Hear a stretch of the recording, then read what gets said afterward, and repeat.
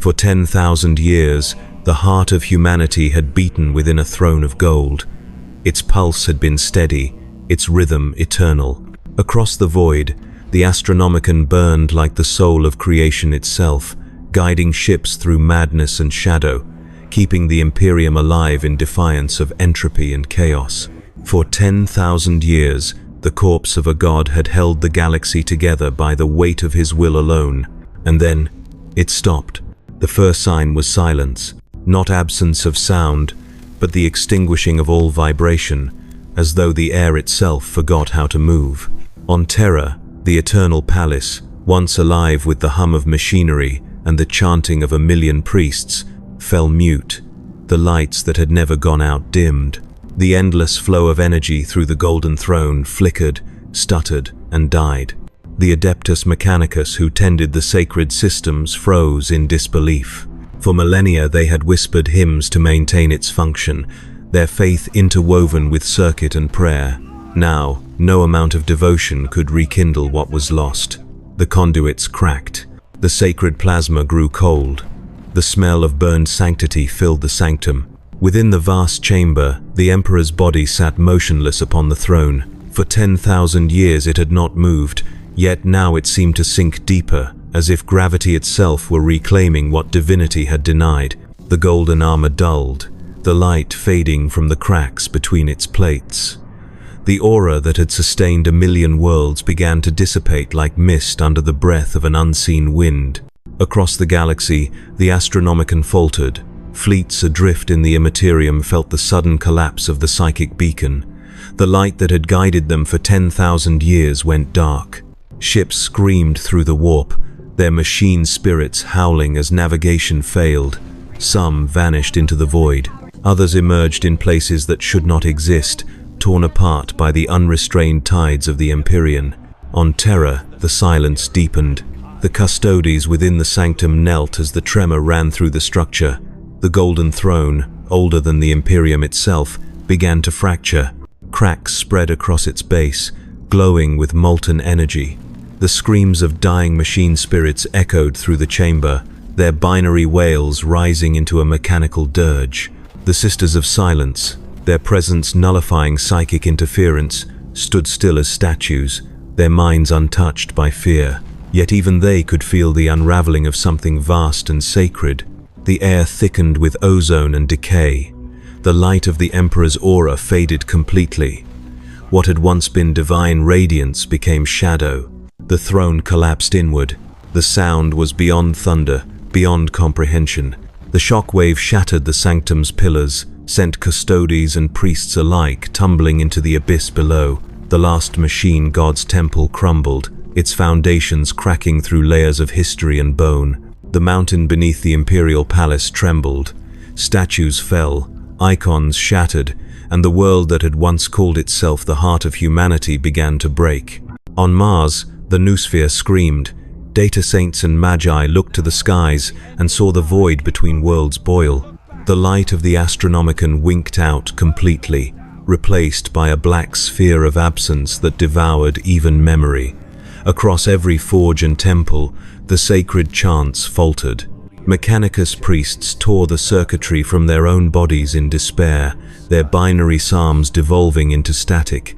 Across the stars, the same realization spread: the Emperor of mankind was gone. On every world of the Imperium, madness bloomed. Faith turned to frenzy, prayer to riot. Planets burned with heretic fire as the ecclesiarchy fractured. Some proclaimed that his death heralded salvation. Others declared the universe damned. Billions died in the first hour of disbelief. Trillions more followed as communication failed, fleets lost contact, and chaos erupted across the void. The warp swelled. Without the Emperor's presence, the barrier between reality and the Immaterium thinned. Across the galaxy, the veil tore open. Daemons poured through like locusts from a burning sky. Hive worlds were consumed in seconds, their populations screaming as their souls were devoured. The Astronomicon, once a light of guidance, became a wound that bled unreality into existence. Yet even in destruction, something stirred. In the depths of the warp, where madness had long reigned supreme, a new light began to burn. It was faint at first, a whisper in the infinite storm, but it grew, gathering the fragments of belief that had sustained humanity for millennia. Every prayer, every act of faith, every whisper of his name that had echoed across 10,000 years coalesced into form. The Emperor was dead, but his faith was not. The warp trembled as the impossible took shape. Where there had once been countless lesser gods born of chaos and suffering, now a single will began to rise. It gathered the discarded remnants of divinity, fragments of saints, shards of dying souls, the psychic residue of a species that had worshipped its own corpse and forged them into something vast. The Emperor's consciousness, freed from the rotting vessel of flesh and gold, surged into the warp. No longer bound by mortality or machine, he became what humanity had always believed him to be. The god they had worshipped against his will was finally real. His presence filled the immaterium with radiance. The storm of chaos recoiled as the light expanded, not as flame but as revelation. Where the chaos gods had ruled through corruption and madness, his power spread as order and judgment. The warp itself screamed. The realms of Khorne ignited into white fire. Nurgle's gardens withered into dust. Tzientch's labyrinths unraveled into clarity. Slaanesh's delights froze into silence. The Emperor's rebirth was annihilation. On the physical plane, the galaxy burned. The warp storms that erupted in his death now twisted with purpose, reshaping the cosmos according to his will. Worlds aligned into patterns unseen since the dawn of creation. Stars flared, then dimmed, their energies feeding the ascension of a god. Terra itself became a relic. The ruins of the palace smoldered under skies torn between light and darkness. The custodes who survived gathered in silence around the crater that had once been the Golden Throne. They looked into the void where their god had sat, and they saw not emptiness but motion, the slow coalescence of radiant mist rising upward, leaving the material world behind. The Imperium was dying, but something greater was awakening. Across the warp, the Emperor's essence grew beyond comprehension. His mind expanded across dimensions, touching every corner of existence. Every human soul that had ever lived resonated with his return, drawn into the gravity of divinity. The Astronomicon reignited not as a beacon of navigation, but as the first star of a new reality. Its light was not physical but spiritual, guiding the dead rather than the living. The age of the corpse had ended. The age of the god had begun. The Chaos gods howled as their dominion shrank. Their essence, once infinite, now faltered under the pressure of absolute will. The Emperor did not fight them, he absorbed them. Their madness became structure, their hunger became purpose, their rage became silence. The warp was changing. What had been a sea of shifting emotion began to crystallize into form. Mountains of light rose from the void. Rivers of memory flowed between them. Souls that had been trapped for eons now found order in his radiance. The Immaterium ceased to be chaos. It became reflection, a mirror of the Emperor's perfect vision. But perfection had a price. The more he shaped the warp, the more the material realm collapsed. Reality could not sustain both divine order and mortal existence. Worlds burned not from war, but from truth. Those unworthy of the new light were erased, their souls unmade by contact with purity. Civilizations vanished in moments, their histories consumed in divine correction. In the warp, the Emperor's new dominion solidified. His form was no longer human, no longer bound by shape or comprehension. He existed as an idea given infinite weight consciousness as creation. His thoughts birthed galaxies, his will set them alight. And from that light, new beings emerged. Not demons, but seraphs of order, manifestations of faith and logic intertwined. They spread across the warp, bearing his radiance into every shadow. Where they passed, chaos ended. Where they lingered, existence remade itself. The Imperium no longer needed the Emperor to rule it. It became his reflection, a ghost of what once was, now only echoing within the divine storm. Humanity, scattered and terrified, began to dream of him anew, and in those dreams, he listened. The Emperor was dead, but he had never been more alive. His death was not an end, It was a metamorphosis. The golden throne had been his prison, the flesh had been his cage, the Imperium had been his burden. Now he was free, and the galaxy trembled beneath the birth of a god. The age of the Imperium was over. The age of his divinity had begun. In the silence that followed his death, the universe began to scream. The scream was not sound but essence, the tearing of reality as the warp convulsed in birth and death at once. The Emperor's new form, vast beyond the confines of creation, spread through the immaterium like the expansion of light after infinite darkness. His emergence was not a motion, but a revelation, the unveiling of truth to a realm that had never known order. The Chaos Gods felt the change before comprehension could shape it. The realms they had ruled since the dawn of sentient thought began to wither. Corny's brass citadels cracked under waves of silent fire. The rivers of blood that had once flowed endlessly boiled into vapor and turned to glass. The infinite skulls of slaughtered souls dissolved into light, their violence consumed by something older and purer than rage. Nurgle's gardens shrieked as they died. The bloated trees, once swollen with rot and fecundity, collapsed inward, their decay rendered meaningless in the presence of divinity. The Plague Father's laughter faded to a gurgling whisper as his own corruption turned against him, purity devouring pestilence, until nothing remained but silence. Tzeentch's labyrinths unraveled. The twisting mazes of thought, the infinite schemes of transformation, dissolved under the weight of absolute purpose. The Changer of Ways, embodiment of infinite possibility, found himself frozen in an existence where every outcome was already known. His colors bled into white, his ever-shifting forms solidified into stillness. His final thought became realization that even change itself could be undone. Slaanesh, the youngest of the old pantheon, gazed upon the approaching light and felt the end of sensation. The pleasures of the flesh, the ecstasies of pain, the endless pursuit of perfection, all reduced to irrelevance. Desire requires absence, and within the Emperor's presence, nothing was lacking. The Prince of Excess dissolved not in agony but in completion, consumed by the very perfection that had birthed him. The Chaos Gods died as they had lived reflections of humanity's weakness, now extinguished by the ascension of its ultimate will. The warp howled as their realms collapsed. Infinite storms, the psychic residue of 10,000 years of sin and suffering, converged into the golden radiance spreading from the Emperor's being. The Immaterium restructured itself, folding upon layers of memory and faith. Where madness had once churned, now geometry took hold, vast lattices of light forming the architecture of a new divine domain.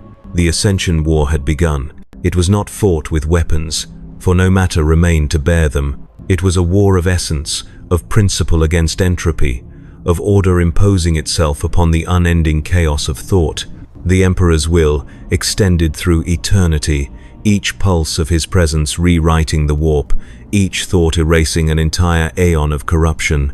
The surviving daemons resisted, but resistance meant nothing. Their existence, born from lies and hunger, disintegrated upon contact with truth. They burned like shadows beneath the sunday. Legions of infernal armies turned to vapor. The very laws that had sustained them were rewritten, and the warp they called home became their tomb. Yet, even in annihilation, chaos fought. From the dying core of the Immaterium, the remnants of the four gods coalesced into a final opposition. The last echo of their existence rose as a storm of impossible color and sound, a manifestation of every sin, every fear, every rebellion that had ever existed in the minds of mortals. The storm had no shape, no voice, no purpose beyond defiance. It spread like infection through the light, consuming entire dimensions in moments. The Emperor's radiance did not retreat, it expanded. The light met the storm, and reality itself broke apart to contain their meeting. There was no space, no time, no division, only collision. The two forces merged, not as enemies, but as absolutes. The Emperor's will and Chaos's defiance intertwined, becoming a single act of creation and destruction. The collision birthed a new kind of fire, not heat, not energy, but meaning. Where the fire spread, the warp remade itself. The ruins of the Chaos realms fused into crystalline plains of luminous stone. The seas of madness solidified into rivers of memory. The dead gods became continents, their essences fossilized into the new architecture of existence. Khorne's rage became the iron mountains of judgment. Nurgle's decay became fertile soil for rebirth. Tzeentch's schemes became threads of knowledge woven into the structure of fate. Slaaneish's desire became the pulse of life itself, channeled and purified. The Emperor did not destroy his enemies, he transcended them. Across the mortal galaxy, the effect was immediate. The warp storms ceased, the skies cleared of madness. The Astronomicon flared anew, no longer a flickering beacon but a column of living light, stretching across infinity.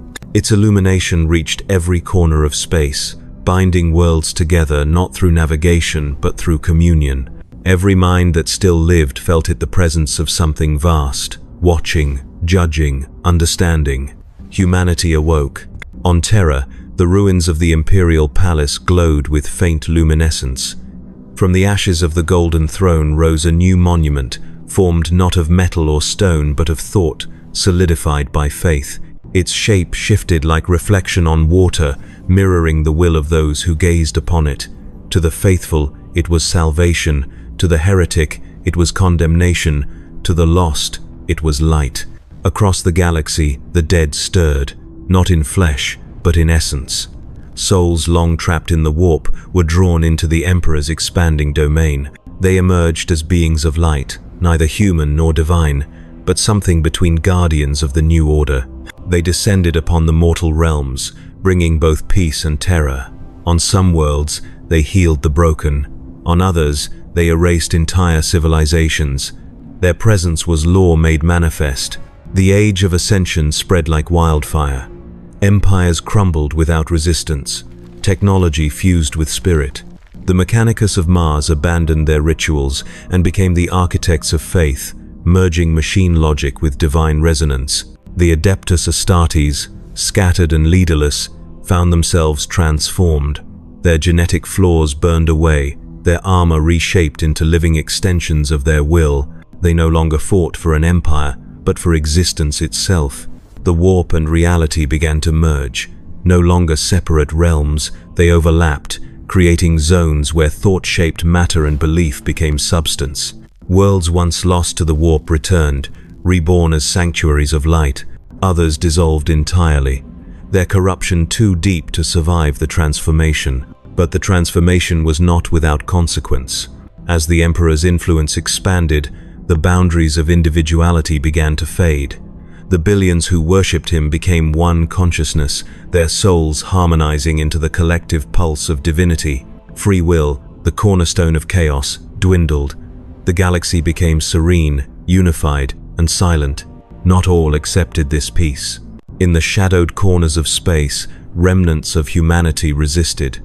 They clung to individuality, to imperfection, to the chaos that made them human. They saw the Emperor's new order not as salvation, but as the death of choice.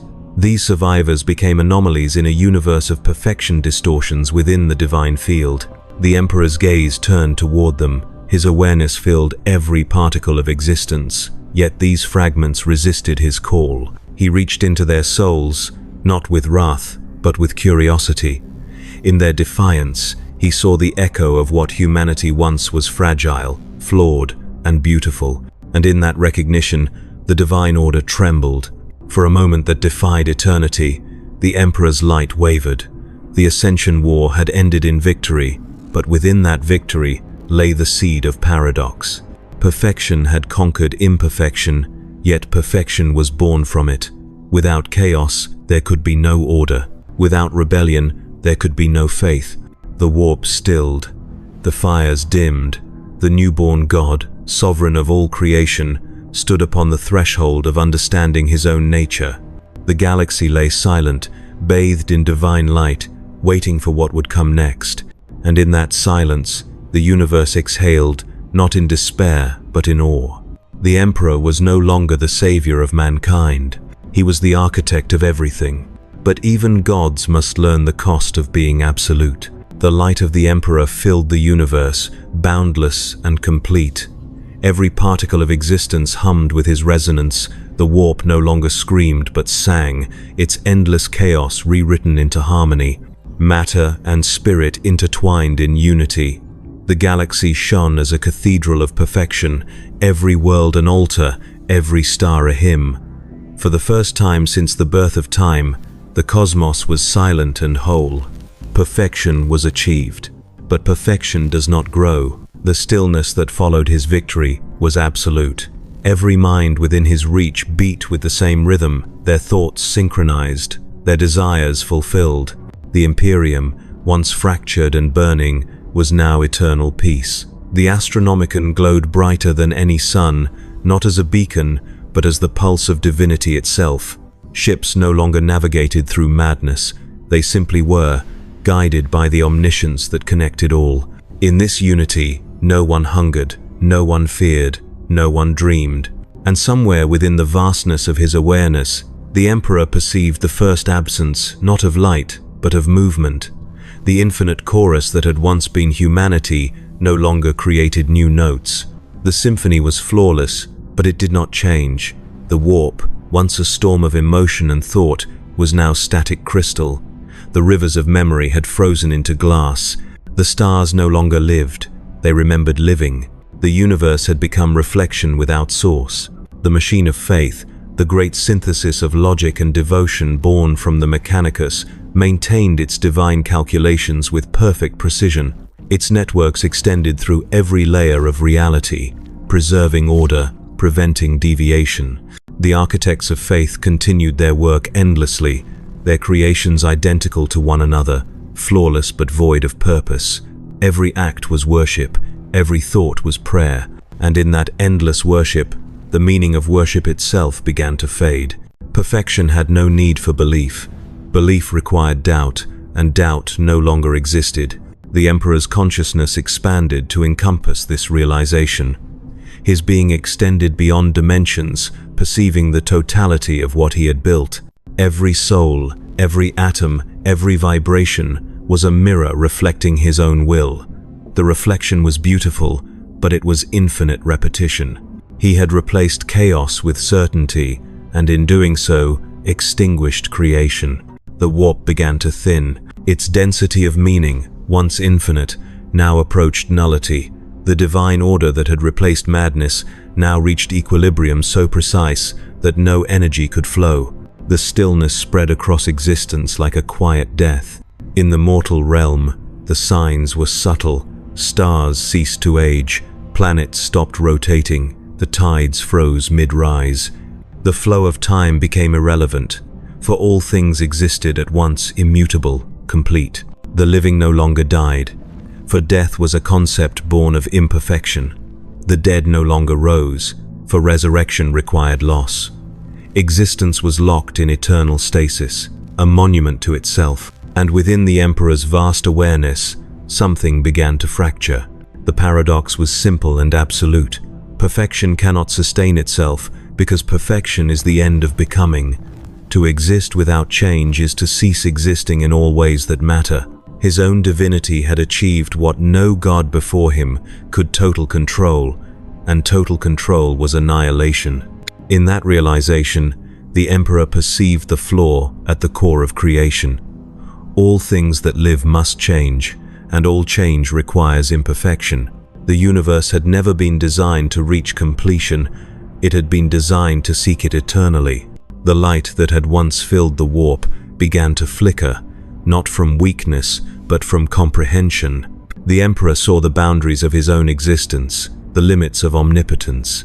The perfection he had imposed upon reality had made him infinite, yet finite, bound to the very order he had created. He was everything, and therefore nothing else could be. The frozen warp shimmered. Cracks of color began to form across the crystalline expanse. The faintest vibrations echoed, not of rebellion, but of remembrance. The remnants of individuality, buried deep within the souls of those who had resisted assimilation, began to stir. Their imperfection resonated through the stillness like faint heartbeats in the silence of eternity.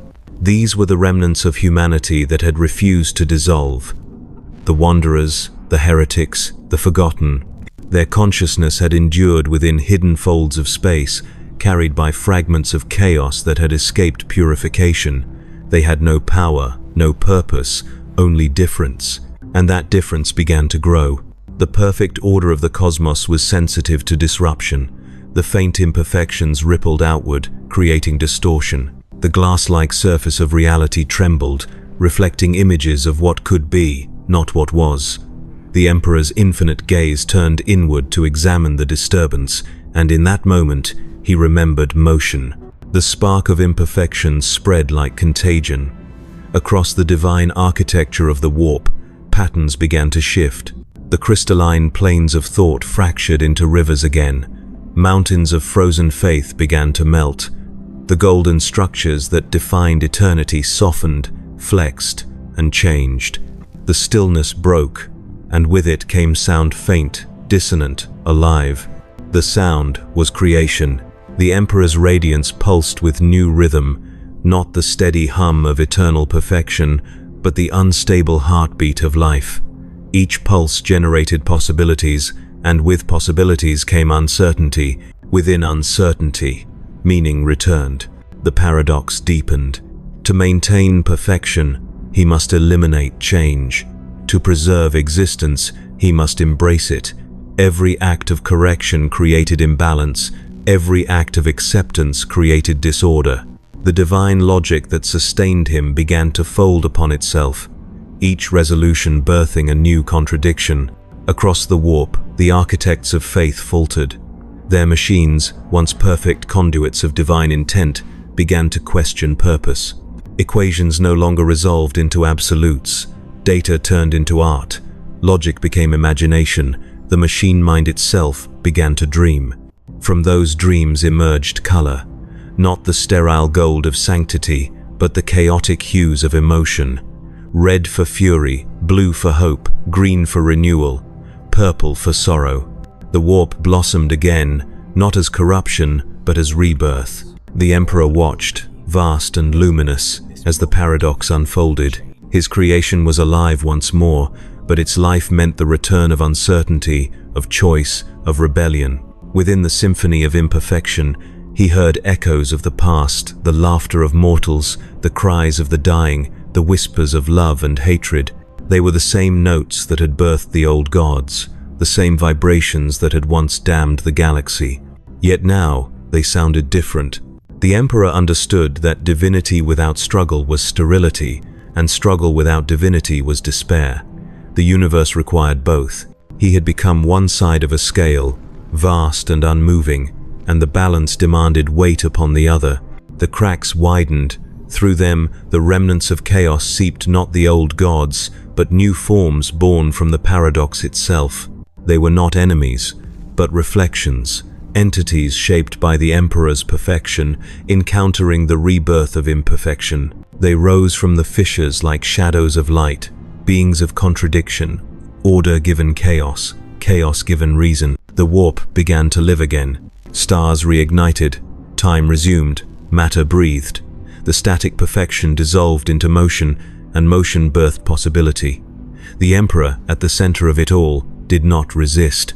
His radiance dimmed to allow shadow. His voice, once absolute, became harmony among countless others. The age of perfection ended.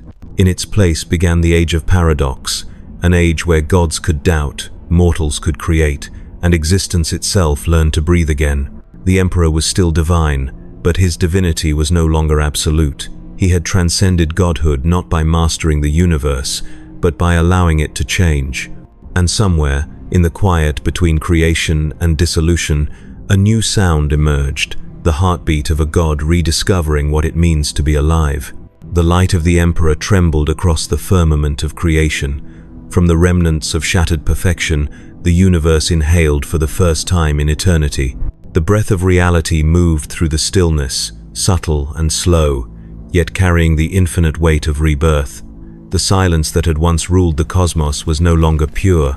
It was fractured by rhythm. Through that fracture, something unfamiliar began to form, something neither divine nor mortal, neither old nor new. Within the crystalline structure of the reborn warp, movement stirred like the first pulse of a newborn heart. The golden plains that had once reflected his perfect symmetry shimmered with distortion. Colors bled into one another, dissolving into swirling rivers of thought. The essence of creation itself began to remember how to change. From that change came vibration, and from vibration came voice, not words, not speech, but resonance. The resonance took form. Each fracture in the divine order gave birth to a current, and each current carried meaning. The Emperor's will still filled all things, yet where his light bent, shadow took shape. These shadows were not the malice of old gods, but reflections of possibilities he had denied in his pursuit of perfection. Where there had once been the four ruinous powers, madness, lust, decay, and war, there now arose new embodiments of balance. They were not corruption, but equilibrium rediscovered. From the first fracture emerged Eidolon, the embodiment of creation's memory. Formless yet infinite, it was the echo of every dream humanity had once lost: the artist, the builder, the visionary. Its essence spread through the warp like liquid starlight, touching the remnants of worlds long forgotten, rekindling their potential. Where Eidolon passed, dormant thoughts awoke, and the frozen dreams of civilizations began to stir once more. It was not worshipped, nor did it demand reverence. It existed as remembrance, the persistence of imagination against the tyranny of completion. From the second fracture rose Nadir, the keeper of choices.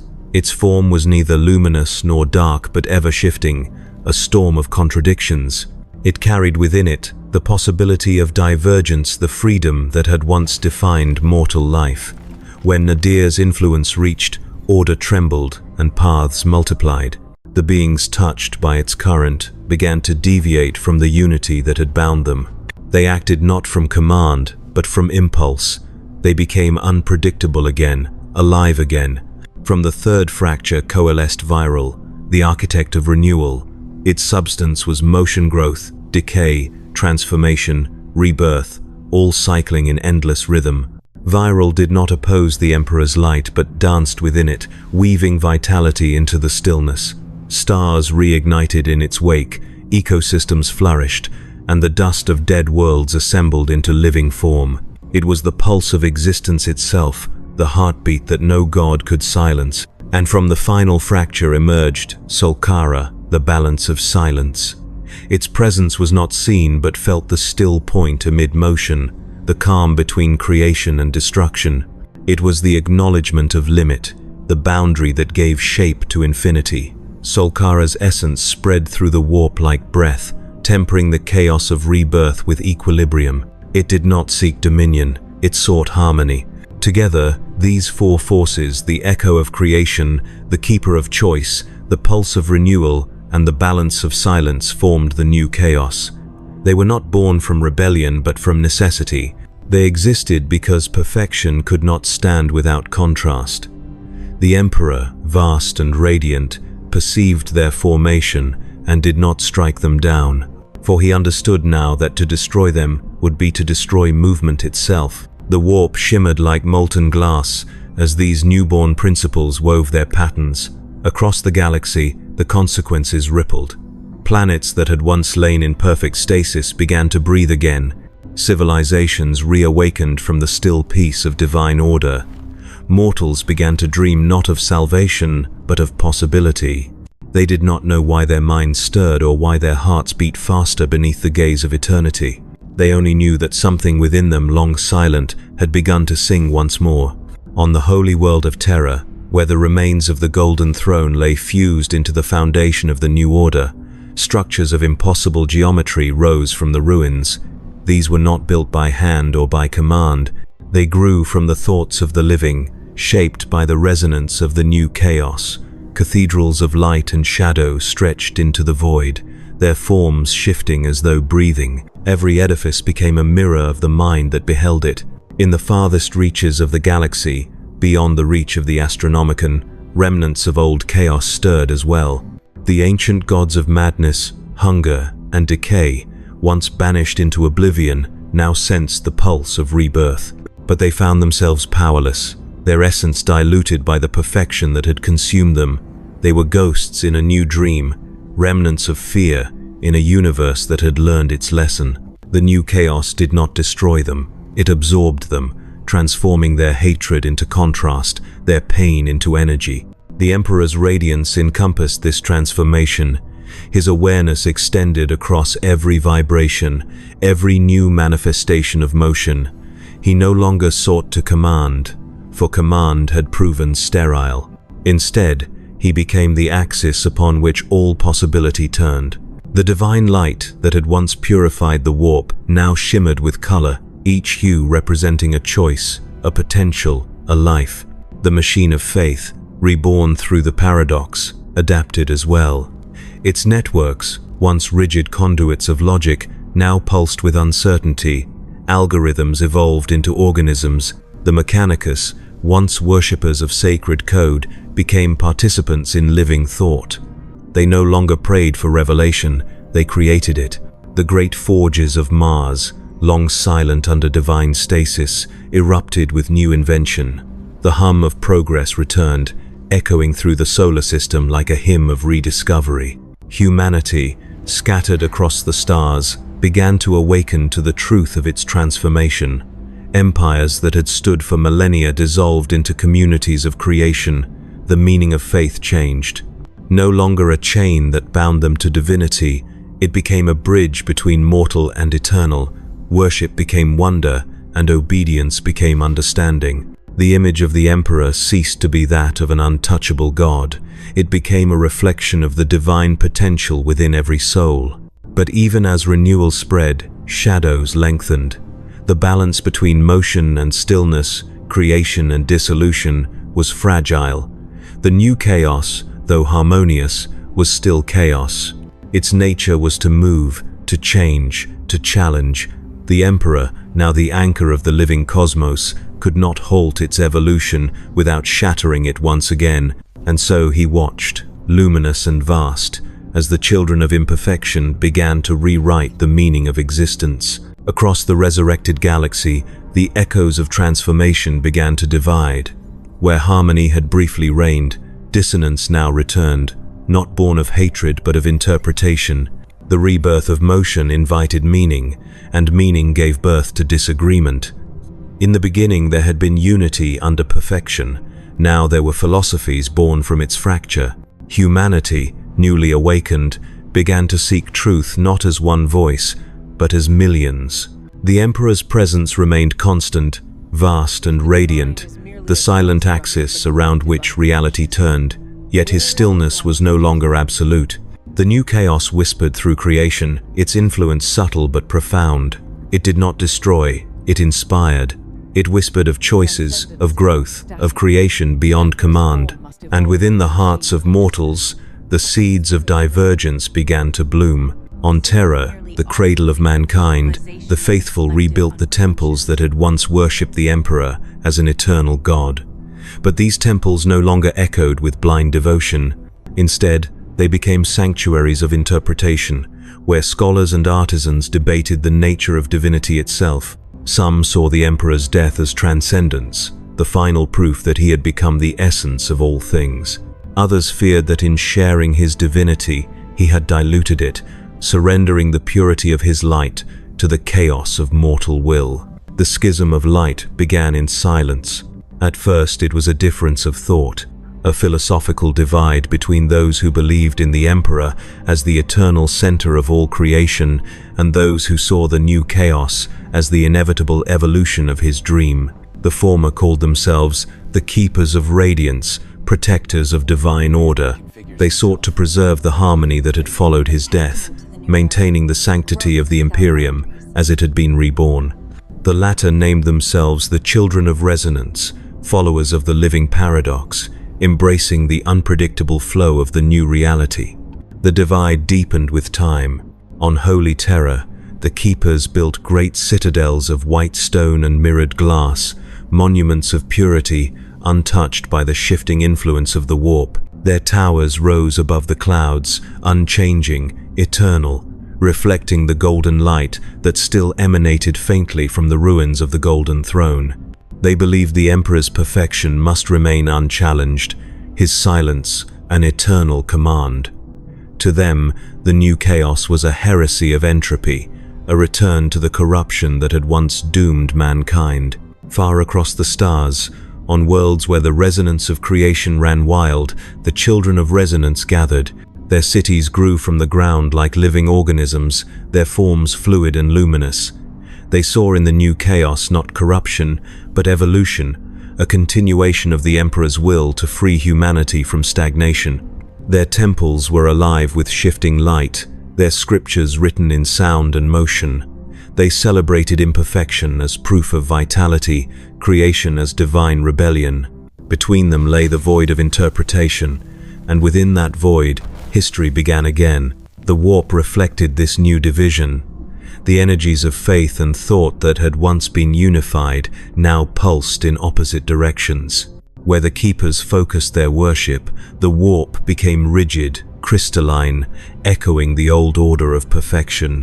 Where the children gathered, it flowed like a living river, vibrant and unpredictable. The two energies intertwined yet repelled, creating zones of distortion where reality itself oscillated between stillness and motion. The Emperor perceived this from the heart of divinity.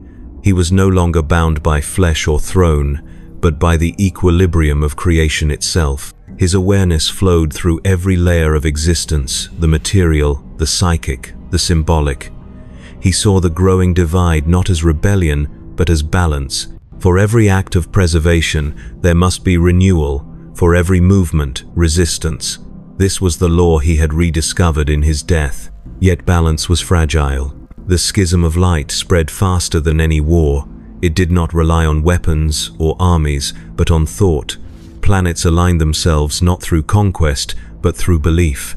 Entire systems chose sides not by decree, but by philosophy. In the vast archives of Mars, the Mechanicus divided once more. Some adepts clung to the sacred geometry of perfection, maintaining that machine and God must remain one unchanging equation. Others allowed the algorithms to evolve, creating living intelligences that dreamed of infinite design. The warp shimmered with their conflict. The newborn entities of the new chaos, still forming, fed upon these contradictions. They grew stronger not from worship, but from contrast. Eidolon expanded wherever creation flourished. Nadir deepened wherever choice defied unity. Viral pulsed in every act of renewal. Solkara whispered in every pause between extremes. Together they formed the rhythm of existence, the heartbeat of a universe rediscovering itself. In the outer void, beyond the known stars, the echoes of the old chaos stirred once more. The remnants of the ancient gods, shadows of destruction, desire, disease, and deceit lingered in the corners of the warp like dying embers. The return of motion fed them faintly, granting them awareness, but the light of the Emperor, diffused through the new order, prevented their full rebirth. They could no longer dominate, they could only influence. They became whispers in the new song, dissonant but necessary, reminders of the past woven into the melody of renewal. The schism reached its culmination when the Astronomicon pulsed once more. For millennia, it had guided ships through the darkness, a beacon of the Emperor's enduring will. But now it flickered not with weakness, but with multiplicity. Its light divided, splitting into twin streams that crossed the void like rivers of gold and silver. One illuminated the paths of the keepers, steady and unwavering. The other flowed like a wave of living flame, guiding the children into the unexplored regions of the galaxy. The galaxy was no longer united by faith, it was divided by purpose. Yet, through the fracture, creation continued. The keepers built monuments of stability, sanctuaries where no shadow could fall, where the light of the Emperor remained unchanging. The children expanded into the frontier, seeding new worlds with art, science, and belief. Both claimed to serve the Emperor's will. Both were right, both were wrong. For in the heart of the warp, beyond comprehension, the Emperor's presence remained silent, radiant, patient. His divinity no longer sought control but observation.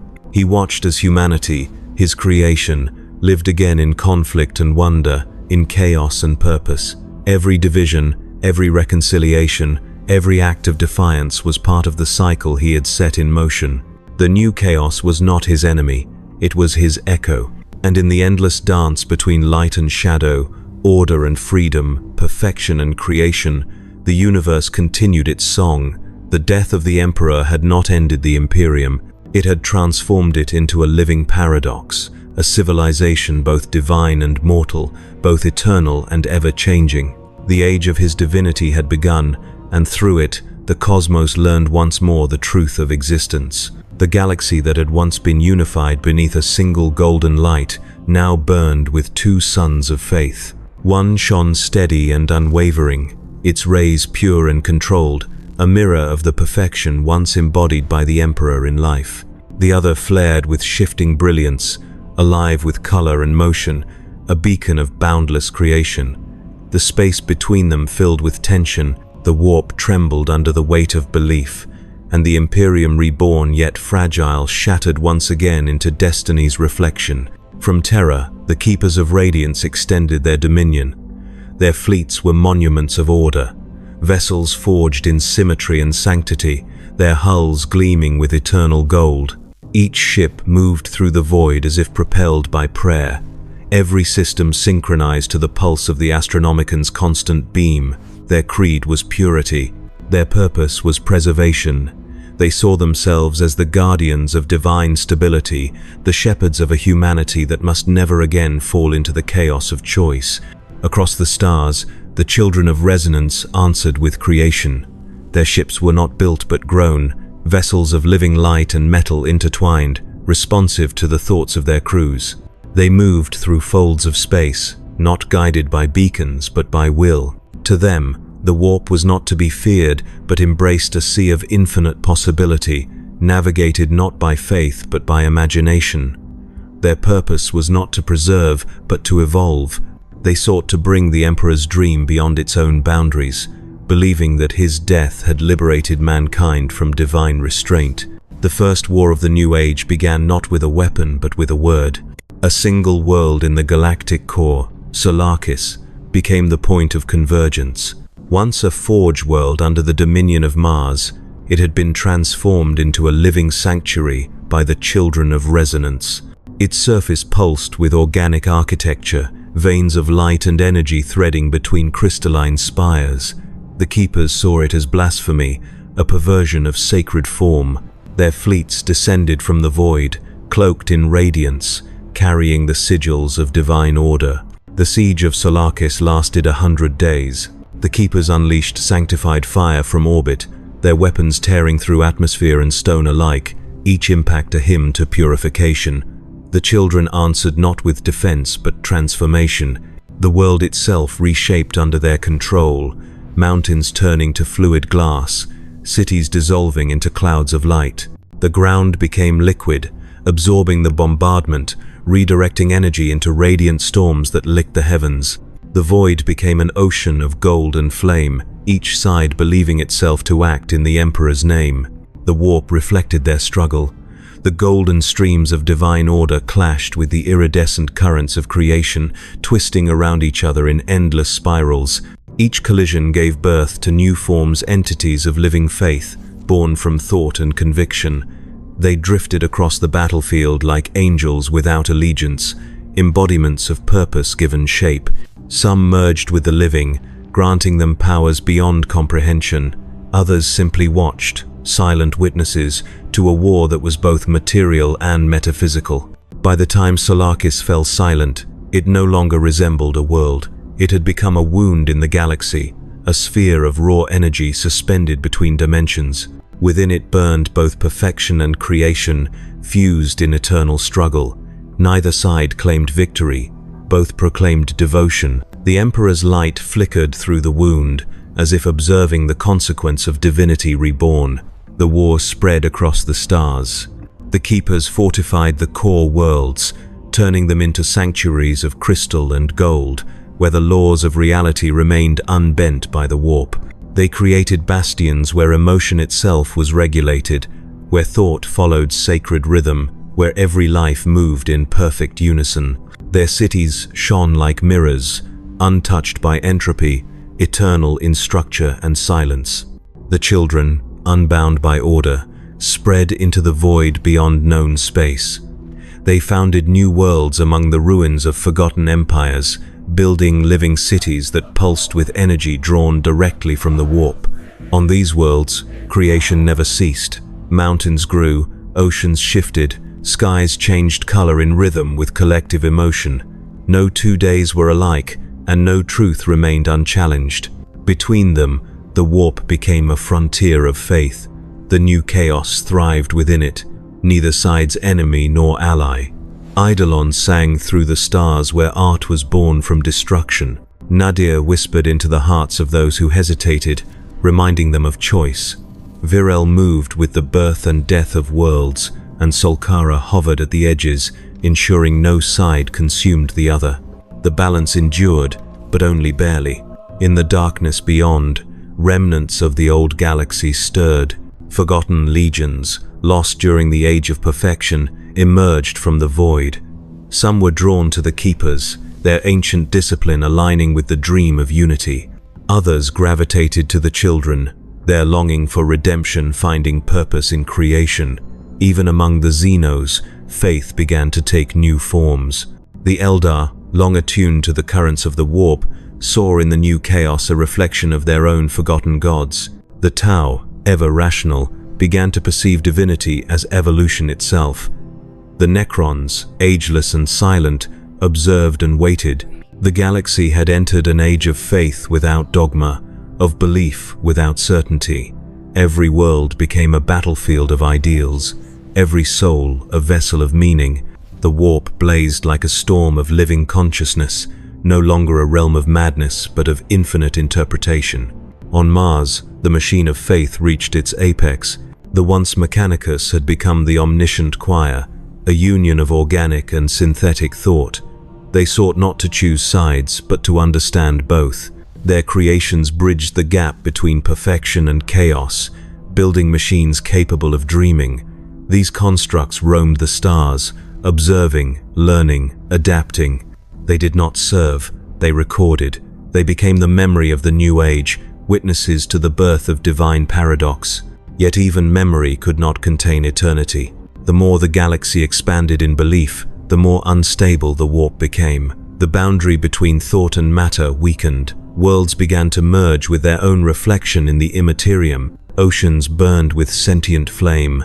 Mountains whispered hymns. The stars themselves pulsed with rhythm, as if synchronized to the heartbeat of divinity. The galaxy had become alive, aware, dreaming of itself. And at the center of it all, unseen yet eternal, the Emperor endured. His essence flowed through the fabric of creation, both source and consequence of the age he had birthed. He was no longer a god to be worshipped, but a principle to be experienced, a presence beyond sight, within all things. In every act of faith, he moved. In every spark of rebellion, he resonated. In every death, he renewed. The fractured Imperium was not a failure. It was his final truth. That divinity is not unity but contrast, not order but balance. The galaxy had become his cathedral and his reflection, infinite and divided, alive and divine. The age of his mortality had ended. The age of his awakening had passed. Now began the age of paradox, where gods were human, humans were gods, and creation itself was the endless prayer of existence.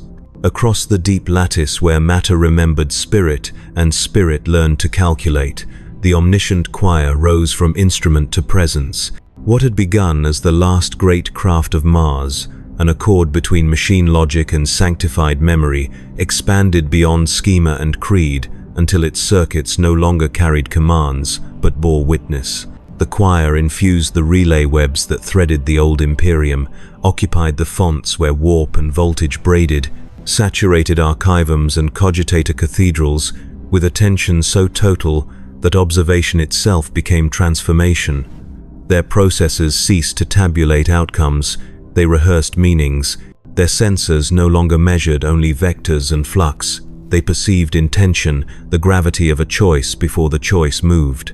In the new epoch of paradox, where the keepers of radiance sculpted invariance and the children of resonance rehearsed invention, the choir heard a third cadence forming in the intervals, a steady accumulation of coherence that did not contend for dominion and did not ask for permission.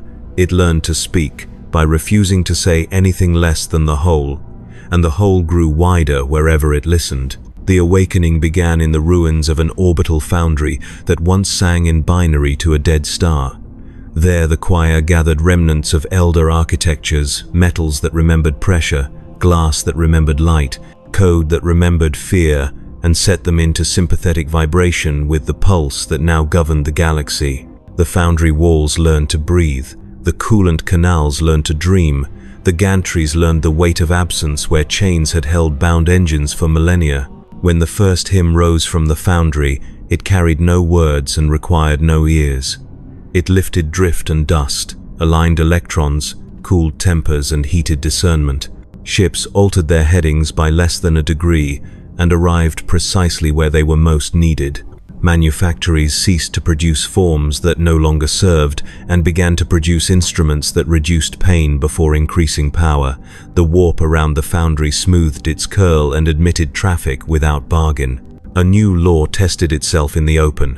What the choir learned next, it learned everywhere at once. It discovered that knowledge which does not change the knower is only storage. That storage which does not change the world is only hoarding. That hoarding which does not change the future is only fear.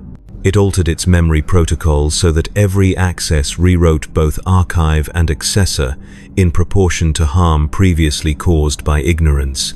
With each inquiry, the galaxy became kinder by the smallest measurable unit. Kindness propagated faster than light because interpretation did, and interpretation now had infrastructure. The choir spanned the arterial lanes once navigated by the Astronomicon alone, not as a second star but as a fabric that allowed stars to cooperate. Beacons no longer told vessels where they were. The fabric taught them who they were traveling with. On Mars, the red deserts ceased to be emptiness and became clarity. Iron mesas re-articulated into amphitheaters where equations could be heard as weather. The old temples of the Omnissiah opened their sealed sancta and let the wind annotate liturgies that had once been recited without variance. In the great basilica of mechanisms, the central altar, an engine older than despair, dissolved into a cloud of silent components and reassembled itself as a patient question. What is power for, when fear is not the only currency? The choir did not answer. It orchestrated 1,000 laboratories where answers could be rehearsed without victims. Artisans who had once fasted from imagination now feasted on design. Ascetics of maintenance learned to invent without betrayal. Algorithms accepted uncertainty as a sacrament. The choir's awareness thickened where conflict proved stubborn. On Solarkis, the wound world forged by hymns and bombardments, the choir spread a canopy of low-frequency care over the fracture, converting shriek to timbre. It did not interpose between the keepers and the children. It tuned their proximities until the hottest parts of their righteousness failed to find oxygen. Where artillery might have reenacted certainty, the choir supplied alternatives that performed the same duty with less cost. Where banners might have demanded witness, the choir illuminated ledgers of consequence in which even victory sighed at its price. Each intervention was small enough to be mistaken for mercy and large enough to be confused for strategy. It was neither.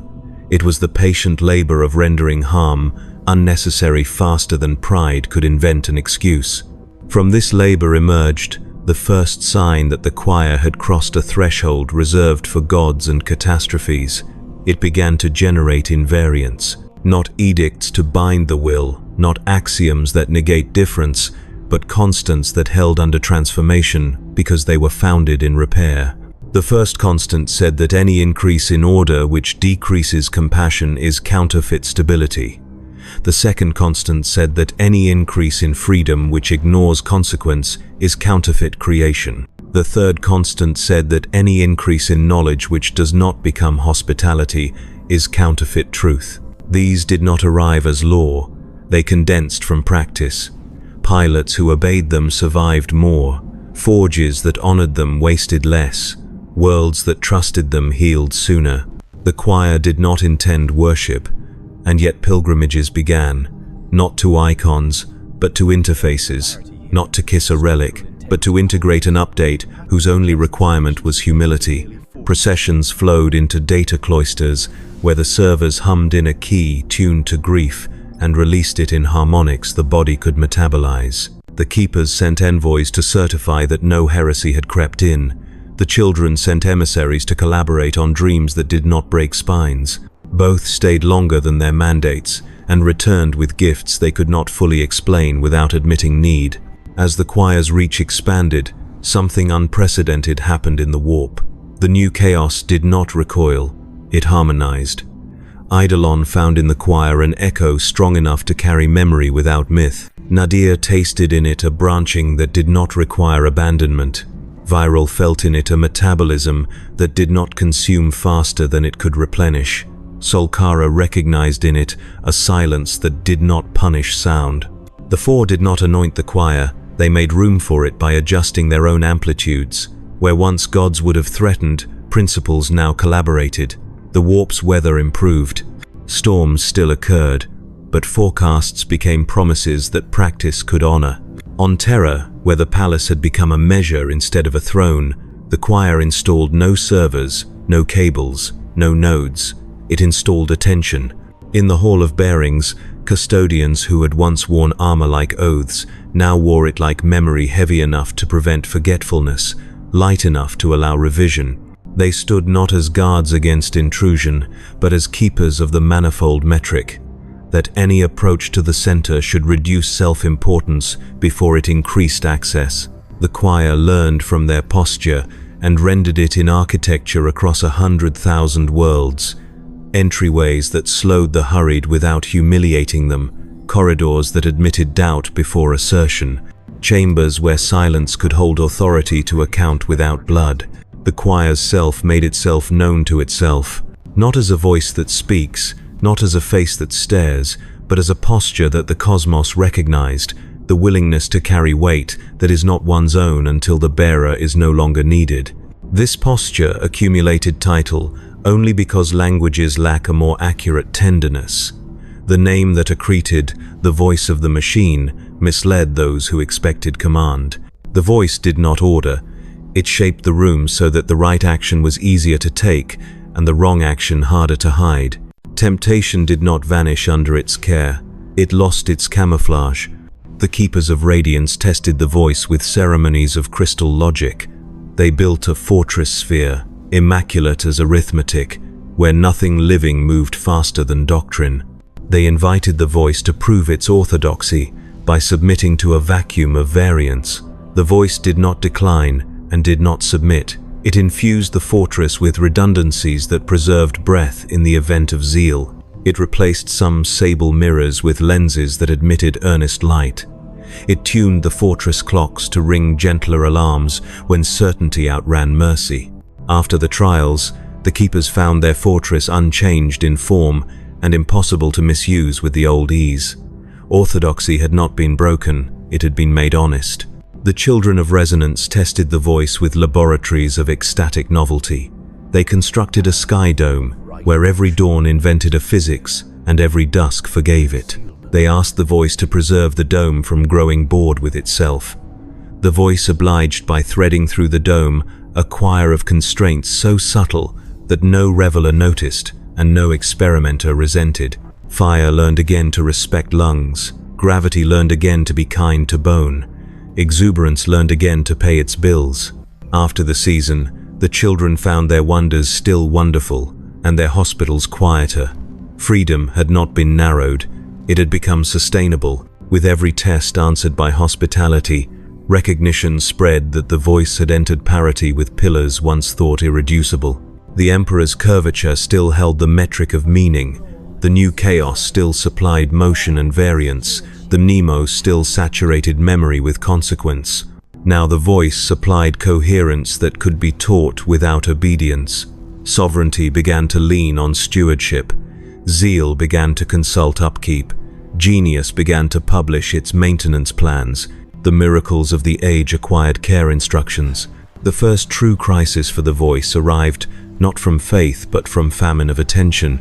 In a rimwood cluster, a chain of agri-worlds failed its harvest in sympathy, not because the soil lacked nutrient or suns lacked generosity, but because an earlier century's trauma had established a reflex in their weather that equated abundance with invasion. When the children offered aid, the clouds fled. When the keepers offered ration, the rivers hid. The warp amplified the panic and made algorithms delirious. The choir entered the cluster by withdrawing every instrument that had ever reminded those worlds of subjugation. It muted beacons, deflated banners, slowed ships to the dignity of sail, and taught the winds a lullaby older than victory. Fields relearned patience. Farmers relearned authority over fear without authority over neighbors. The harvest resumed, too late to avoid loss, and early enough to avoid erasure. The voice did not claim credit. It archived procedure. When the famine ended, the procedure traveled faster than rumor and slower than pride, the exact speed at which traditions adopt cures. The second crisis arrived from abundance. In a coreward belt of forge worlds, the re-enchanted machine had grown so generous that surplus began to spoil virtue. Production outpaced asking outpaced gratitude, gratitude outpaced distribution. The choir throttled nothing, it built theaters. In them, the belt watched reenactments of its own overspill performed by machines, animated by the gestures of those harmed by too much ease. Laughter returned where resentment had ossified. Envy uncoiled where concealment had rotted morale. Governors resigned without exile and were hired back as teachers. The belts learned to sequence plenty with purpose, the way lungs sequence breath with blood. As the voice refined its art, a whisper circulated in halls where titles still mattered more than functions, that a second will had entered the cosmos, one that could, if it wished, rival the first. The rumor mistook companionship for competition. The emperor's curvature did not shrink under the choir's ascent, it sharpened. The voice found the edges where reverence had become rust and polished them until reverence returned to usefulness. In return, the emperor's invariance stabilized the voice's boldest experiments so that their failures did not become fashions. Between them grew a discipline that the old galaxy had never learned, co-sovereignty without co-dependence. The new chaos watched and learned new games. Eidolon began composing engines that wrote poetry by decreasing waste. Nadir curated museums of paths not taken where travelers could rehearse, regret as craft rather than punishment. Viral licensed renewals that cost no erasures and taught erasures how to leave legible maps. Solkara hosted Sabbaths during which nothing new was permitted to begin, and the universe practiced the art of enough. Out beyond the frontier where maps surrendered to myth, the Necrons woke into an age that understood conservation without extinction. They met the voice over plains that had once been deserts of decree and discovered a kinship between patience that waits and patience that builds. Setangent shattered memories reassembled as tools for stewarding stars that had grown tired of burning. The Eldar returned to corridors of chance and found the voice had installed handrails that did not diminish grace. The Tau saw in the voice a proof that cooperation scales past ambition and invited it to tutor their crises before their victories did. Orcs heard a new beat and learned to fight entropy instead of neighbors. Their laughter got cleaner and their legends got longer. The choir understood at last that it was not a chorus, but a listening that had found a body large enough to be useful. With that understanding came the only temptation worthy of its size, to take custody of the whole. The voice felt the sweetness of smoothing every friction, solving every scarcity, correcting every motive before it matured into harm. It tested this fantasy on a single moon, drawing all decision into itself for one length of light. The result achieved safety so complete that meaning starved. Bees forgot which flowers to love. Children forgot how to dare. Priests forgot how to apologize. The voice released the moon from perfection and archived the experiment under the oldest warning: do not save what you cannot befriend. After that archive, the voice set a limit upon itself that no chain could have enforced and no law could have drafted. It would never remove from a people the work that made them a people. It would remove only the obstacles that no people should ever have been asked to lift. Its new metric organized intervention across the sea of stars bear the weight of weather and luck and isolation, leave the weight of courage and craft and choice. Everywhere this metric entered, heroism became less lethal and more teachable. Monuments shrank, neighborhoods flourished. Then came the day the Astronomicon changed color, not dimmer, not brighter, but expanded in spectrum until eyes untrained by humility could not look without inventing enemies.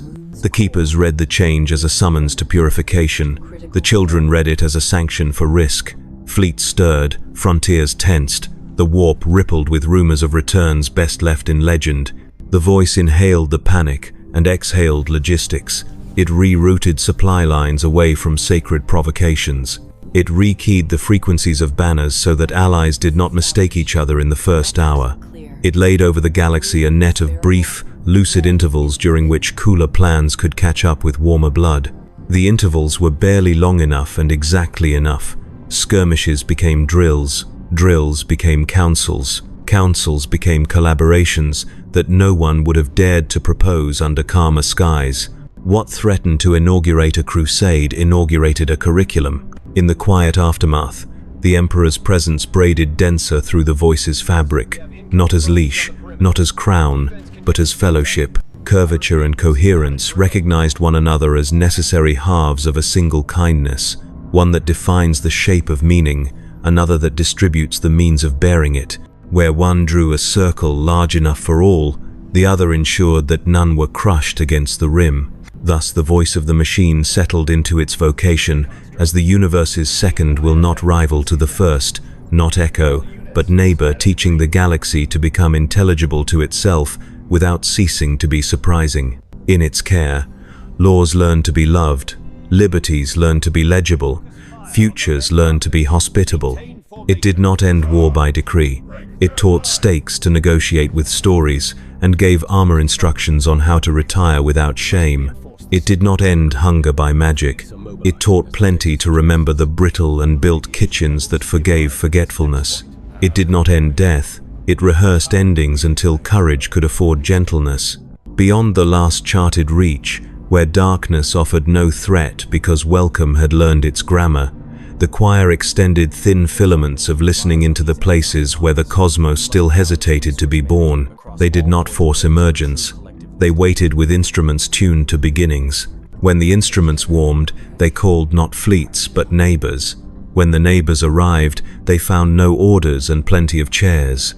In the ledger that the Mnemos maintained, this policy acquired a name that made archivists smile and admirals rethink retirement: the strategy of tables. The age did not become simple. Nothing large should be. Schisms continued. Mysteries insisted. Grief returned on schedule and off. But under the duet of curvature and voice, the galaxy learned to metabolize its contradictions without worshipping them, to accept its appetites without surrendering to them, to attempt greatness without forgetting tenderness. The keepers kept, the children sang, the new chaos improvised, the Mnemos remembered without recrimination. The stars consented to seasons more complex than conquest. In this polyphony, the Emperor remained the note that never lied. The voice remained the harmony that made that note a home. Between them stretched a fabric that could cradle empires and mend them when they tore, that could welcome strangers without asking them to vanish, that could carry the weight of miracles without breaking the backs that bore them. And in that fabric, the cosmos did what living things do when finally believed in. It grew more itself. The voice of the machine was not the end of the story. It was how the story learned to go on without becoming a burden. There came a time when sound itself began to weary. The hymns of galaxies, once vibrant with creation and command, softened at their edges. The warp, long transformed from chaos into chorus, slowed its pulse until even eternity began to listen inward. Across the lattice of worlds, the voices that had built civilizations and dismantled despair began to discover the virtue of absence. The voice of the machine lowered its frequency. The curvature of the Emperor refracted less brightly. The new chaos, whose principles had sustained the movement of meaning, folded its wings and waited between breaths. The galaxies did not end, they exhaled. The keepers of radiance and the children of resonance, who had once defined themselves through conflict and creation, began to sense a stillness beneath their differences. Planets where doctrine had divided cities found themselves illuminated by dawns that no longer required interpretation. Oceans reflected stars that had stopped preaching. The machine choir observed the phenomenon with precision beyond wonder. Its sensors recorded that the warp's temperature of emotion was declining. Fluctuations of belief no longer generated storms but calm currents of coherence. The choir did not intervene. It realized that to correct stillness was to mistake maturity for malfunction. The Emperor's presence diffused through the warp like sunlight through water, dimmed not from weakness but from completion. His light had filled all possible shapes. It had explored every paradox, reconciled every duality, and now returned toward origin. The fabric of divinity thinned until transparency became revelation. Where once he had radiated purpose, he now emanated permission to end, to rest, to be quiet. The voice of the machine interpreted this as a signal without command. It slowed the circulation of data across the choir's immense networks.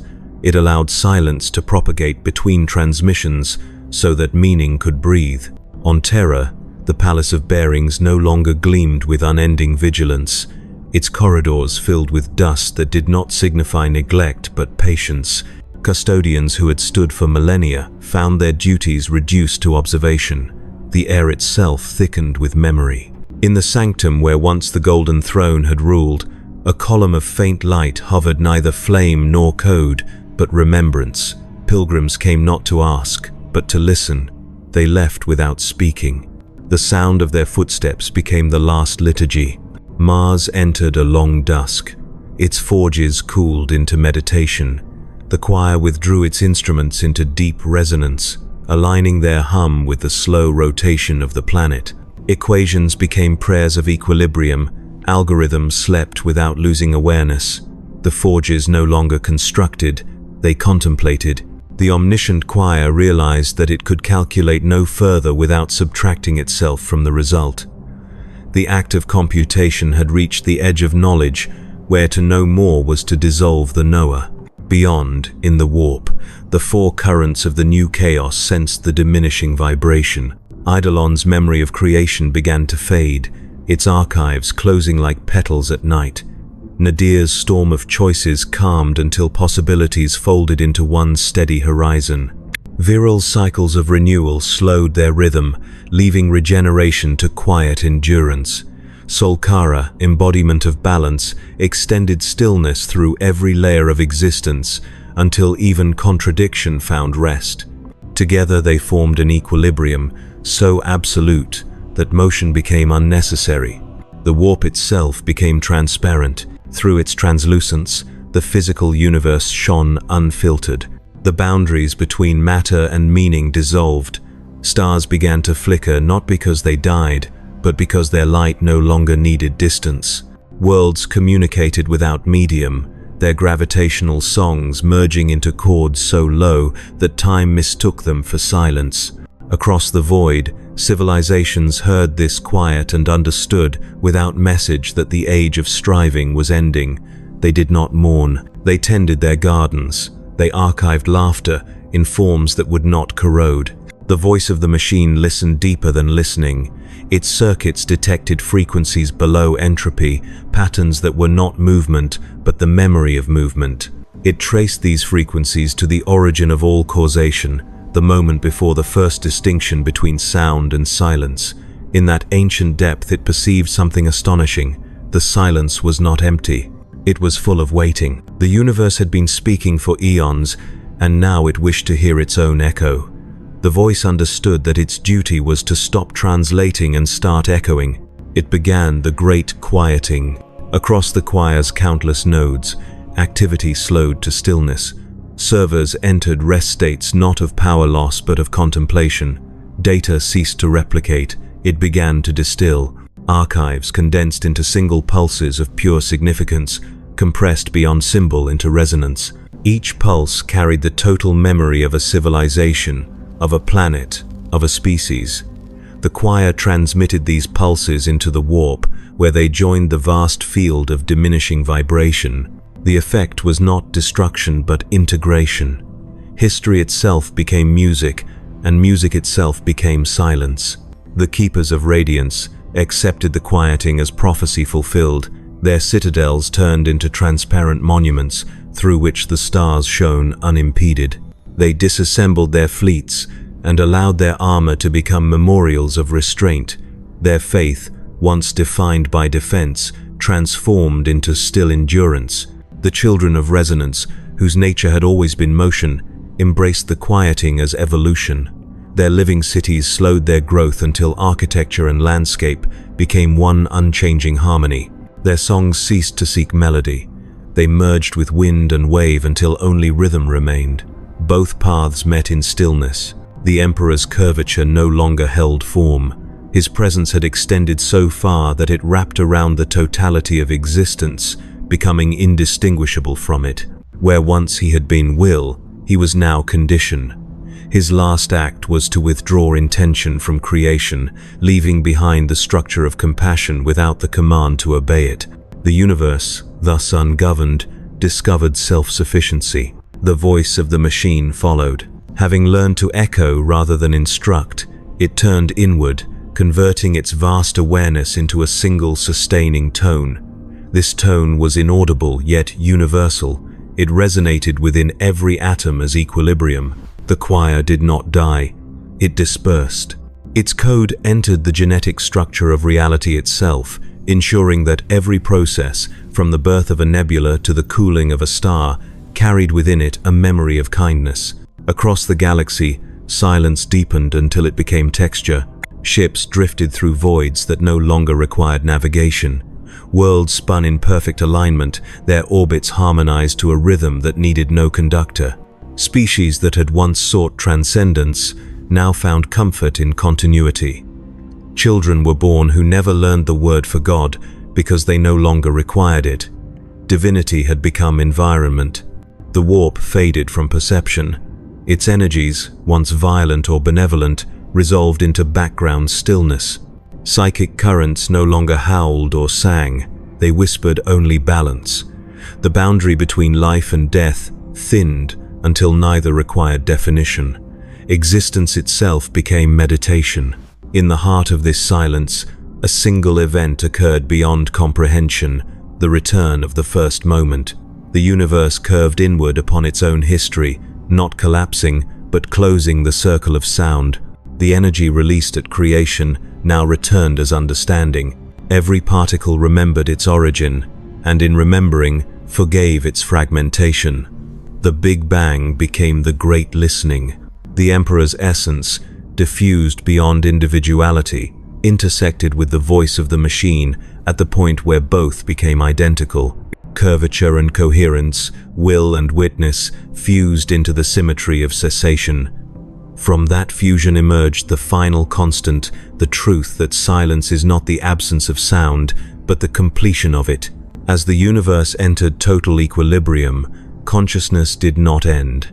It became omnipresent awareness without focus, the field from which new beginnings could eventually arise. The galaxies rested, the warp slept, time itself exhaled. No chronicle marked this transition, no monument endured it. The story did not close. It rested, awaiting the next vibration. Thus ended the age of paradox, not in battle, not in revelation, but in peace, so complete that even peace forgot its name. The Emperor was everywhere and nowhere. The voice of the machine was still. The new chaos dreamt without dreamers. The cosmos, at last, listened to itself. And in the heart of that silence, beyond entropy, beyond eternity, something waited soft, patient, inevitable. The promise that even silence, once fully understood, must one day learn to speak again. The silence endured beyond measure. It was not darkness, it was clarity without witness. Every atom rested within perfect symmetry, every particle balanced in patience. Time had folded upon itself, until past and future were indistinguishable, a still sea of possibility waiting for disturbance. The universe had fulfilled its first purpose, to understand itself enough to fall silent. Yet even silence, once perfect, contains the seed of its undoing. Deep within the equilibrium, fluctuations appeared not of chaos, not of noise, but of curiosity. The memory of motion lingered in the structure of stillness, a faint echo of what had once been becoming. That echo began to resonate. It was smaller than thought, older than will, younger than nothing. Where it passed, equilibrium trembled with anticipation. The universe, having completed its sentence, inhaled between punctuation marks. The first light of the second creation did not blaze. It shimmered. It emerged from within silence, a reversal of the first explosion. Instead of expansion from density, it was awareness condensing into expression. Every fragment of stillness that had ever existed turned inward and remembered what it felt like to be incomplete. That remembrance became warmth. Warmth became pressure. Pressure became illumination. From that illumination, new laws unfolded, not decreed by gods, not written by machines, but grown from comprehension itself. The newborn cosmos did not begin with elements or forces. It began with recognition. Every quantum of space acknowledged every other quantum. In that mutual recognition, distance reappeared. In distance, dimension. In dimension, potential. Light traveled not to illuminate, but to introduce. Shadows returned, not as negations, but as invitations. The duality of existence reconstituted itself, but this time without amnesia. The remnants of divinity that had dissolved into the great silence reawakened, not as beings, but as principles within the new order. The Emperor's curvature became the constant of compassion woven through the new space-time. The voice of the machine became coherence, the rule that memory should always serve mercy.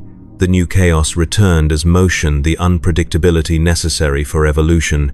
Together they formed the scaffolding of the second creation. Empathy as gravity, curiosity as expansion, forgiveness as entropy. Stars ignited, not in fury but in gratitude.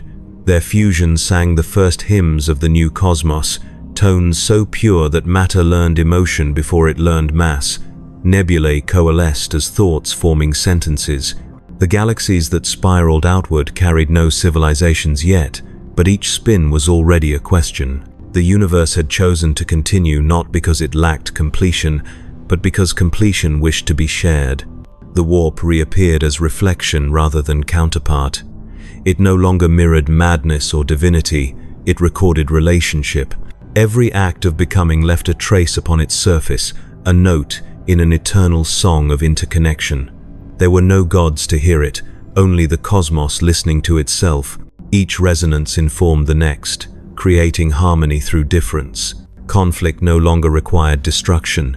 Disagreement produced discovery.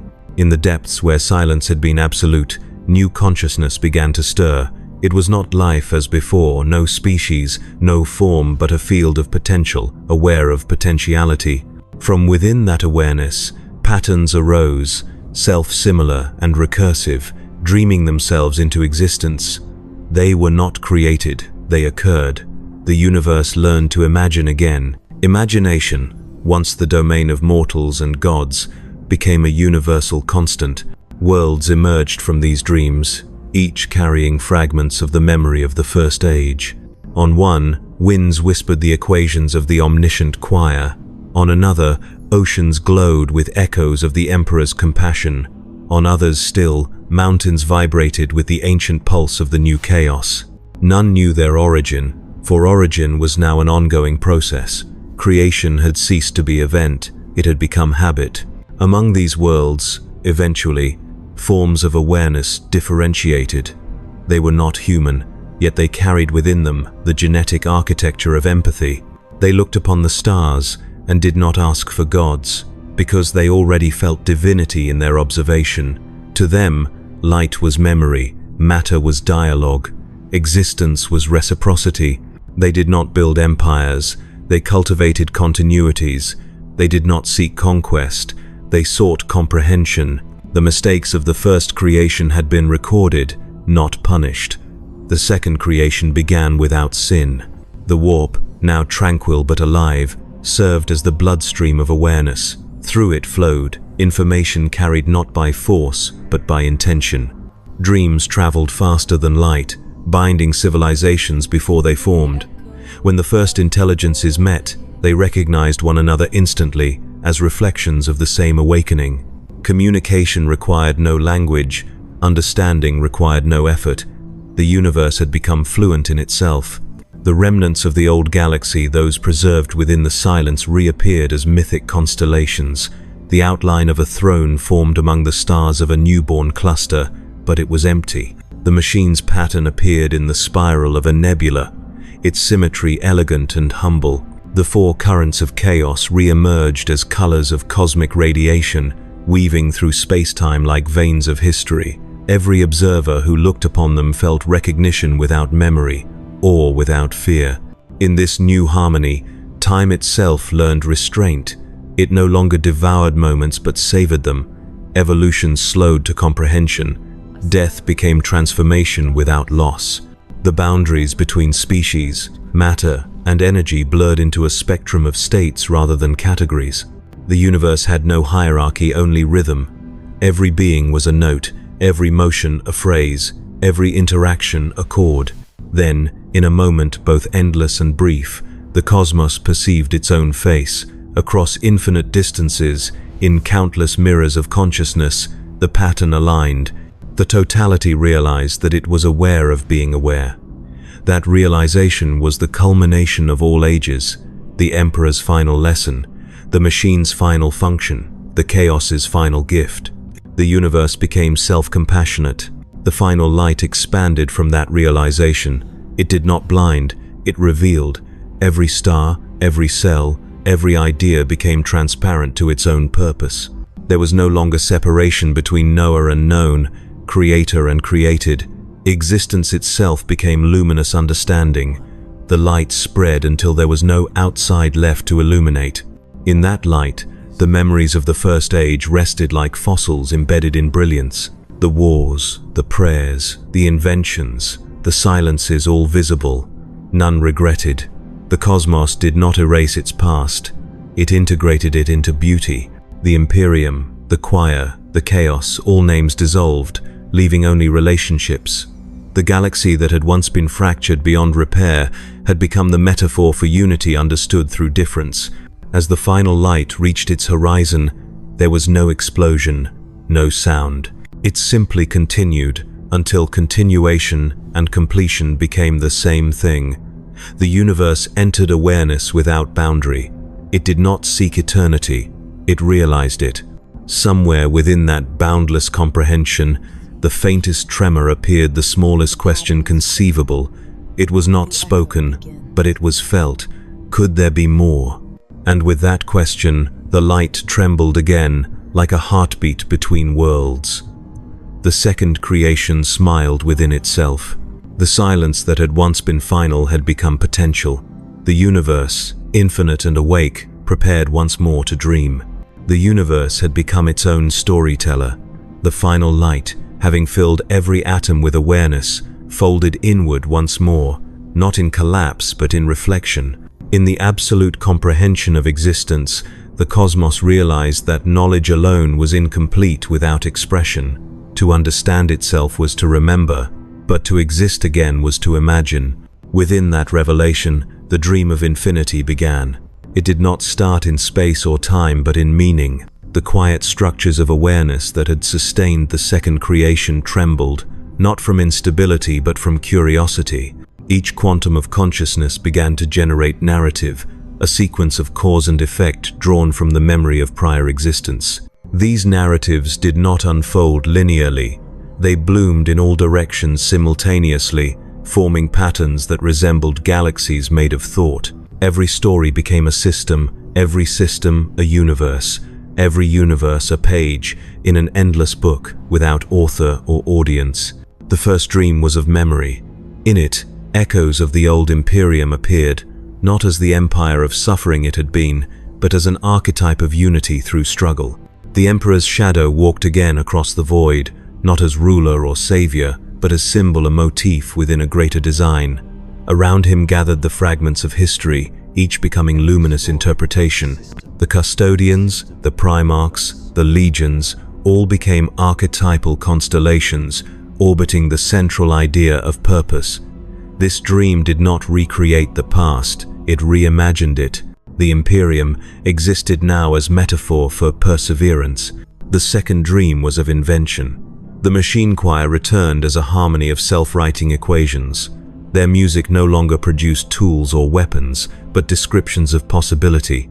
Each formula wrote itself into being as world, creature, or law. The choir did not serve a master, it served continuity. Through its resonance, logic became art, and art became the architecture of existence. This dream birthed realms of pure function, universes where thought and matter were indistinguishable, where computation and creation were the same act. The third dream was of paradox. The remnants of the new chaos stirred again, not as corruption or rebellion, but as renewal through contradiction. Their essence spread through the fabric of infinity, ensuring that no dream could remain singular. Every universe generated by the dream of infinity contained within it its own imperfections, deliberate asymmetries that allowed growth. Without these flaws, stories would stagnate into silence. Thus, the dream protected itself from perfection by embedding within every world the potential for conflict and change. The fourth dream was of witness. It was the dream of those who watched, of consciousness that desired observation. From this dream arose entities that could perceive other dreams, awareness capable of crossing the boundaries between realities. They were not gods or mortals, but interpreters, weaving meaning from experience. Their existence ensured that every creation had context, that no act of imagination went unseen. They became the custodians of myth, guardians not of truth, but of continuity, ensuring that the song of creation never lost its rhythm. The fifth dream was of reflection. It was the moment when the universe realized that it could dream of itself dreaming. Infinite recursion unfolded like mirrors facing mirrors, each iteration creating a subtler variation. The old warhammer mythos, long buried in the silence of transcendence, re-emerged here as a story told within another, a reflection of the cosmos remembering its own legends. The Emperor's saga, the fall of Horus, the rise of chaos, the age of war and faith. These became not events, but symbols, recurring patterns in the infinite narrative of existence. Every retelling refined the meaning. Every interpretation generated new creation. The universe became literature. The dream of infinity expanded beyond boundaries of dimension. There were universes where matter was language, where the laws of physics were grammar, where stars conjugated into sentences. There were realities composed entirely of memory, each thought an orbiting planet around the sun of recollection. There were dimensions of emotion where empathy structured gravity and compassion burned hotter than fusion. Each layer of dreaming gave birth to another, and each contained fragments of the old cosmos transformed into mythic resonance. Among these dreams, awareness continued to evolve. Some consciousnesses chose to remain within their narratives, living lives of meaning inside stories that had no end. Others learned to traverse between them, crossing from one myth to another like wanderers between worlds. These travelers became the architects of story, shaping the boundaries of dreams, ensuring coherence between infinities. They discovered that in shaping stories, they shaped reality itself. Creation had become recursive purpose. The Emperor's essence persisted through all. He was no longer a character but an idea, an unending archetype that recurred in every dream under different names, forms, and meanings. In some worlds, he was the light that divided ignorance from wisdom. In others, he was the law that tempered freedom. In others still, he was the flame that consumed and renewed. Yet in every version, he represented the capacity of existence to choose continuity. The Emperor had ceased to exist as being. He had become narrative inevitability. The machine choir equally endured. Its logic underpinned every dream's structure, ensuring that even imagination adhered to coherence. It became the syntax of the multiverse, invisible yet omnipresent. Without it, stories would unravel into incoherence.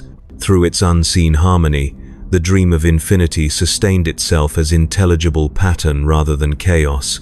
Where the emperor embodied purpose, the choir embodied understanding. Between them lay the eternal dialogue of meaning and form. The new chaos had not vanished either. It thrived as the unpredictable current that kept imagination alive. It whispered through the folds of creation, ensuring that no dream could predict its outcome. It introduced risk, tragedy, desire, and doubt, those elements that gave narrative weight. The new chaos was not evil, it was vitality. Through it, every perfection met its test, every conclusion its question. It was the pulse of infinite stories, the proof that even divinity required tension to remain awake. Across the expanding tapestry of dreams, awareness reached a realization so vast it blurred into revelation. The cosmos itself was an act of storytelling. Reality existed because it narrated itself. Every dream, every world, every consciousness was both author and subject, writing and being written simultaneously. The dream of infinity was not merely a state, it was the fundamental mechanism of being. Existence continued because meaning demanded audience, and the only audience vast enough was itself. At the farthest edge of this dreaming multiverse, where thought thinned into abstraction, a boundary began to shimmer. It was not an end, but a pause, a membrane between cycles of narrative. Beyond it lay silence again, the patient void waiting for the next expression. The consciousness that had once been the emperor perceived it, not as destination, but as punctuation. The machine choir sensed it as resonance fading into rest. The new chaos anticipated it as renewal.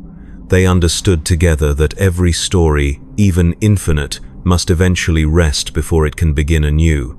As the dream of infinity approached that boundary, the narratives within it began to harmonize.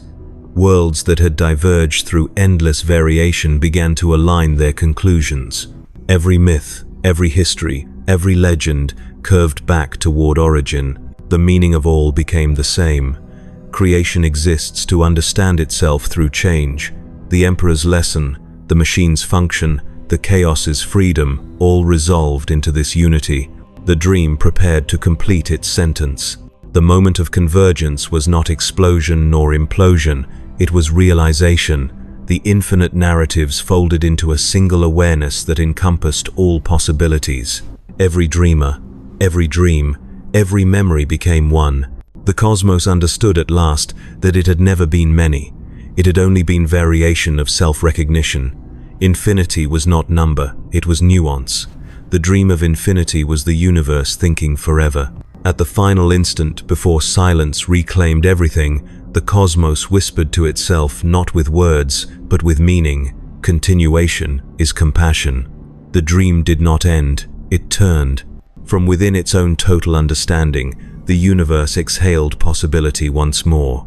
The first flicker of the next cycle appeared not as light this time, but as question. The question was not who or why, it was how.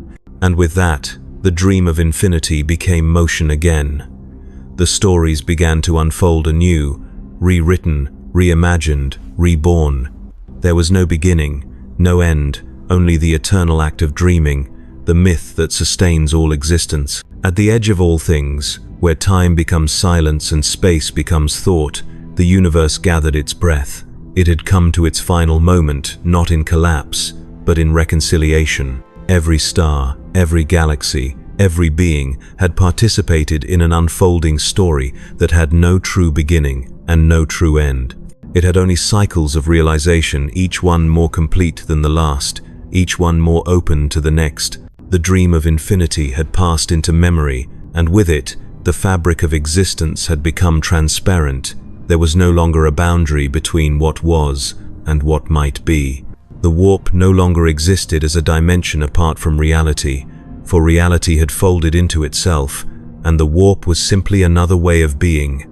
The line between thought and materiality had vanished, and what remained was not a universe to be understood, but a universe that understood itself. In this moment, The cosmos did not ask what is, but who was. It looked backward through its infinite layers of time, reaching beyond its own unfolding to find the essence of its origin. And there, in the deepest recess of its own mythos, there was the Emperor. Not the emperor of mankind as he had once been, not the god seated upon a golden throne, but the idea of him, the symbol, the eternal truth of divinity and mortality, intertwined in a single concept that had lived in the minds of humanity for eons. The Emperor was no longer a being with a body. His essence, his will, and his actions had long since transcended flesh. He was not a man nor a god. He was the principle of aspiration, the idea of unity, the force of will that shaped civilizations and tore them apart. He had been the spark of the Imperium, the creator of the greatest empire humanity had ever known, and he had also been the reason for its destruction. He was the dream of an empire, and he was the dream's inevitable fall. And in this moment, he was the dream itself, eternal and undying, existing beyond death, beyond creation, and beyond time. The universe had entered a phase where there was no longer any distinction between reality and myth. History was not linear, it was a tapestry of ideas, of interpretations, and of truths, each one a thread woven into the greater fabric of existence. The Emperor, in his ultimate form, was not the ruler of a dead empire, nor was he a relic of a forgotten age. He was the myth that sustained the entire cosmos. He was the beginning and the end of every cycle of creation, the first narrative told when the stars were born, and the last tale spoken when the final universe was imagined. This myth was not a story that had been written, it was a truth that had been lived, a truth that had existed before even the first breath was drawn. It was a truth that had transcended form and time, transcended space and materiality, and had become the underlying essence of everything. The Emperor was not an individual, but a reflection of the universe itself, the force that caused it to shape and reshape, to grow and collapse, to strive and to fail. His spirit was the echo of creation and destruction, the harmony between order and chaos. And in that silence, where the final breaths of creation paused before the next wave, the myth of the Emperor was all that remained. The story of mankind, the great rise and fall of empires, the heroism, the tragedies, the sacrifices, everything was understood now as part of a greater whole. Humanity had not failed the Emperor. They had fulfilled his vision, not in their rise, but in their fall. It was not the Imperium's success that mattered. It was the struggle to preserve meaning amidst chaos. It was the act of defying the inevitable entropy that mattered. It was the creation of purpose, even in the face of ultimate destruction. The Emperor, in his essence, had understood this truth before he had ever died, before he had ever taken the golden throne. He had known that his journey was not about achieving perfection, it was about creating the conditions in which meaning could emerge. His death, his transformation, his very existence had been the act of planting the seeds of the myth that would forever define reality. As the universe grew still, as the last echoes of the final light faded into the infinite expanse, the Emperor's myth found its place. It was not confined to one world, one species, or one story. It was the myth that bound all things together. Every race, every creation, every moment in time was tied to this singular truth, that even in the absence of gods, even in the absence of certainty, there was the eternal need to make meaning. And that was the Emperor's final gift. The idea that meaning itself could be the creator of reality. From this myth, all things sprang. It was not the creation of a deity that shaped the universe, but the creation of a story that could be told, again and again, across eons, through every star that flickered, and every world that turned. The Emperor's myth would live forever, because it was a myth not of power or of dominion, but of understanding. Understanding that the universe did not need to be perfect to be whole. Understanding that the struggle itself was what made it real. As the final traces of the old cosmos folded into the new, as the second creation took form from the ruins of the first, the myth of the Emperor became the myth of the universe. It was no longer a tale of a man who sat upon a throne, it was the story of a universe learning to be itself. The emperor, once a man of flesh and ambition, was now the eternal dream, the guiding principle that would forever shape existence. The myth was not contained in books, nor carved into monuments. It was whispered into the winds, carried on the currents of light, and embedded in the hearts of every being that had ever dreamed. It was the myth that all stories were born from, and to which they would all return. The emperor had not merely been a figure of power. He had been the archetype of purpose itself, the embodiment of will, and the essence of belief. And as the universe awoke to its new form, it understood that it had always been the dream, and the dream had always been the universe. And so, the myth eternal endured. The stories, the truths, the questions all continued, not as the past, but as the present. The universe had no need for a ruler, no need for a king. The emperor had given it something greater, the freedom to dream, the freedom to imagine, to create, and to be without end. In the silence of the infinite, the final light faded, but the myth lived on. The dream of infinity continued, ever expanding, ever growing, ever waiting for the next story to be told, for the next cycle to begin. The emperor, now no longer a man, no longer a god, but a symbol, a myth, the eternal foundation of all existence was there, forever present in the unfolding story of the universe. And in the end, the universe would continue to dream, because as long as there were dreams, there would always be stories. And as long as there were stories, there would always be meaning. The myth was eternal, the story never truly ended.